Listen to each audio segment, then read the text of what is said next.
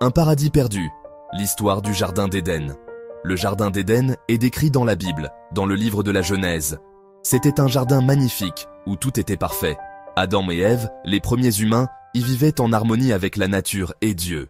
Ils n'avaient aucun souci et ne manquèrent de rien. Dieu ne leur a donné qu'une seule règle. Ils ne devaient pas manger le fruit de l'arbre de la connaissance du bien et du mal. Un jour, un serpent tenta Ève de manger le fruit défendu. Le serpent dit à Ève que manger le fruit la rendrait sage comme Dieu. Ève céda à la tentation, puis persuada Adam de manger aussi le fruit. Dès qu'ils ont mangé le fruit, Adam et Ève ont pris conscience de leur nudité et ont eu honte. Dieu, voyant qu'Adam et Ève lui avaient désobéi, les bannit du Jardin d'Éden. Ils n'étaient plus autorisés à vivre au paradis. Cet acte de désobéissance est connu comme la chute de l'homme. C'est une histoire sur les conséquences de la désobéissance à Dieu et le début du péché humain.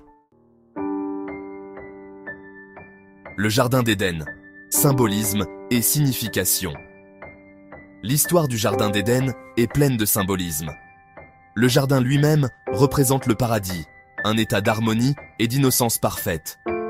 L'arbre de vie représente la vie éternelle et la connexion avec Dieu. Le serpent symbolise la tentation et la tromperie. Pour de nombreuses religions, l'histoire du Jardin d'Éden explique l'origine du péché et de la souffrance dans le monde. Elle enseigne que les humains naissent avec une tendance à la désobéissance et que cette désobéissance a des conséquences.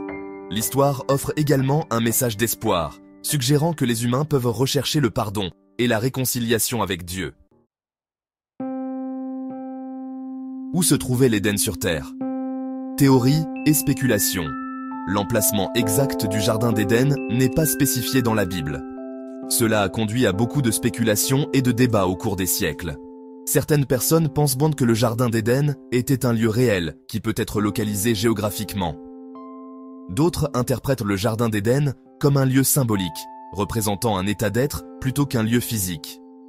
Diverses théories ont été proposées, reliant l'Éden à des endroits au Moyen-Orient, en Afrique et même en Amérique du Nord. L'héritage durable d'Éden, mystère et fascination. Le Jardin d'Éden continue de fasciner et d'inspirer les gens aujourd'hui. L'histoire est un puissant rappel de la beauté et de la fragilité du monde naturel. Elle parle aussi de notre nostalgie d'un paradis perdu, un lieu de paix et d'harmonie. Qu'il soit compris littéralement ou symboliquement, le Jardin d'Éden reste un symbole puissant de la nature humaine, des conséquences de nos choix et de la recherche permanente de sens et de connexion dans un monde complexe.